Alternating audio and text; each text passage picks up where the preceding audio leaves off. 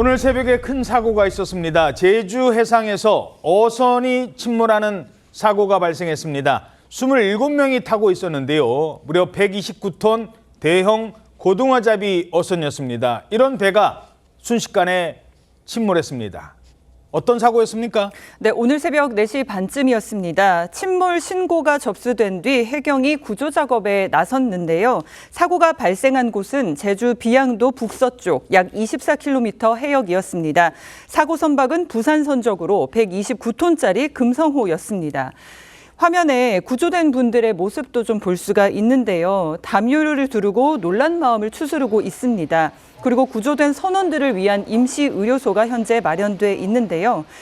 그리고 생존자들은 구급차가 도착해서 구조자들을 병원으로 이송을 했습니다. 하지만 안타깝게도 구조된 15명 중에 한국인 선원 2명은 사망을 했고요. 아직까지 현재 12명의 실종자가 남아있는 상태입니다. 예. 자, 아직까지도 12명은 실종이 된 상태라고 합니다. 빨리 이분들 구조가 돼야 될 것 같은데, 자, 구조된 선원이 당시 상황을 전했습니다. 배 아래가 하늘을 바라봤다. 쉽게 말해서 배가 뒤집혀졌었다고요? 그렇습니다. 생사를 가르는 순간이 정말 찰나였던 것으로 보입니다. 침몰한 어선 135 금성호에서 가까스로 살아남은 60대 선원이요. 연합뉴스와의 인터뷰에서 당시 상황을 전한 건데요. 배가 완전히 뒤집혀서 배 밑이 하늘로 올라가 버리니까 선원 전원이 모두 물에 빠졌다고 합니다. 외국인 선원 2명이 배 뒤집힌 배 위로 올라가서 한 명씩 동료들을 끌어올리면서 구조를 시도를 했는데 10여 명이 구조가 됐지만 2명은 물을 많이 먹어서 그런지 얼마 되지 않아서 바로 심정지가 왔다고 합니다. 정말 몇 초 사이에 정말 찰나의 순간에 물을 많이 먹어서 동료 선원이 죽는 모습을 목격을 한 겁니다. 또 바다로 떠밀려가는 동료 선원에 대해서도 망망대해에서 무슨 장비도 없고 자신들도 갑자기 사고를 당해서 정신도 하나도 없고 맨몸으로 어찌할 방도가 없었다 이렇게 얘기를 했는데요. 특히 이 선원이 얘기한 부분 중에 가장 정말 안타깝고 가슴이 아픈 부분은 조류의 파도에 이 선원들이 동료들이 자꾸만 멀어졌다는 겁니다. 뭔가 아이고. 배 쪽으로 가까이 부딪혀야지 손이라도 잡고 끌어올리려는 시도라도 해볼 수가 있는데 눈앞에서 정말 안타깝게 멀어져가는 모습을 보면서 이 동료들이 그냥 멀어진다고 하면은 사망할 가능성이 높은 상황인 거잖아요. 그렇죠. 근데 배 쪽으로 좀 붙어야 구조를 할 텐데 자꾸만 어떻게 방법이 없으니까 그냥 마음만 계속 안타까웠다는 얘기를 하면서 말끝을 흐렸는데요.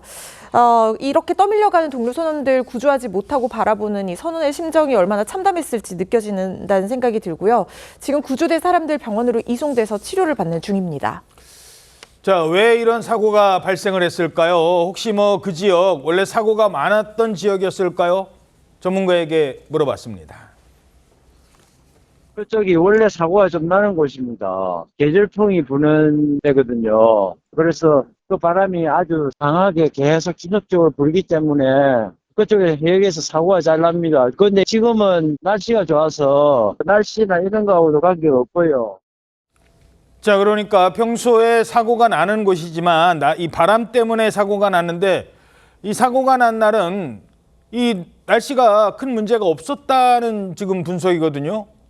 자, 무슨 일이 있었던 걸까요? 예, 구조된 60대 선원이 이제 뭐라고 그랬냐면 새벽에 그리 심하지는 않았는데 바다가 꼴랑꼴랑했다라고 하면서 운반선에 어획물 일자 하역을 끝내고 다른 운반선이 들어오기 전에 그물을 들어올리는 과정에서 배가 넘어갔다 이렇게 얘기했거든요. 그러니까 그물을 들어 올리는데 그물에 남아있던 무게를 이기지 못했다. 처음에는 서서히 기울어지더니 어느 지점에 다다르자 순식간에 넘어갔다. 복원력을 완전히 잃어버린 것이다 라고 얘기했는데 해경 역시 어획물을 다른 배로 옮겨 싣는 작업을 하다가 그물이 있는 오른쪽으로 선체가 전복되면서 침몰한 것으로 지금 추정하고 있습니다. 그러니까 그물 끌어올릴 정도면 날씨 때문에 배가 휘청거리고 그 정도는 아니었다는 거네요. 네, 조업할 수 있는 상태였었는데 그물을 끌어올리다가 그물의 무게를 이기지 못해서 넘어간 것으로 보인다. 이렇게 지금 추정하고 있는 것인데 당시 침몰 순간을 목격한 인근 선원이 뉴시스와의 인터뷰에서 이렇게 얘기했습니다. 한 20-30초 만에 뒤집어진 것 같다. 평평한 상태에서 1분도 안 돼 뒤집어졌다. 라고 하면서 선원들이 헤엄쳐서 뒤집어진 배 위로 올라와서 그렇게 올라오기도 했고 해상에서 손 흔들면서 살려주세요 라고 외치는 분들도 있었다라고 이야기했습니다. 예, 지금 제일 중요한 건 구조자들, 그러니까 실종자들을 빨리 구조를 해야 됩니다. 지금 구조를 애타게 기다릴 수도 있거든요. 이분들은 선원입니다. 어느 정도는 바다에 익숙한 분들이에요. 공간만 있으면 살아남을 수도 있는 건데 어떻게 해야 될까요? 전문가에게 물어봤더니 그런 얘기를 합니다.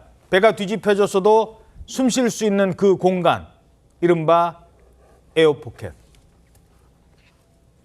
배가 완전히 가라앉았기 때문에 선내에 있는 사람들은 혹시 에어포켓이 있을지도 모르니까 잠수부를 동원해가지고 수색을 해야 되고, 또 있는 생존자들의 경우에는 지금 벌써 몇 시간 지났기 때문에 침몰 지점으로부터 약 한 40km, 50km 정도 벌써 표류했을 수 있거든요. 대규모로 수색을 해야 된다고 생각합니다. 자, 그러니까 두 가지로 나눠봐야 된다는 겁니다. 바로 배 밑에 에어포켓, 거기에 생존해 있는 사람이 있을 수도 있고, 또는 아까 사람이 계속 멀어져 간다고 했잖아요. 동료 선원이 계속 멀어져 간다. 그러면은 빨리 반경을 정해서 그 해역에 대한 대규모 수색이 필요하다는 겁니다. 자, 근데 이 선원들도 그냥 뭐 초보가 아니라 상당한 베테랑이었다고요. 예, 그렇습니다. 구조 작업을 벌인 인근 선단의 30대 선원 박 씨는 이 금성호의 선장과 선원들이 모두 3, 40년 정도 배를 타면서 경력이 굉장히 오래된 사람들로 알고 있다라고 하면서 또 선원 대부분이 부산이나 통영에서 살고 있다고 전했습니다. 그러니까 누구보다도 바다를 잘 알고 있었던 사람들인데 한순간에 이런 일을 당한 것입니다. 예. 하루빨리 이 실종자들 무사히 돌아오시길 바라겠습니다.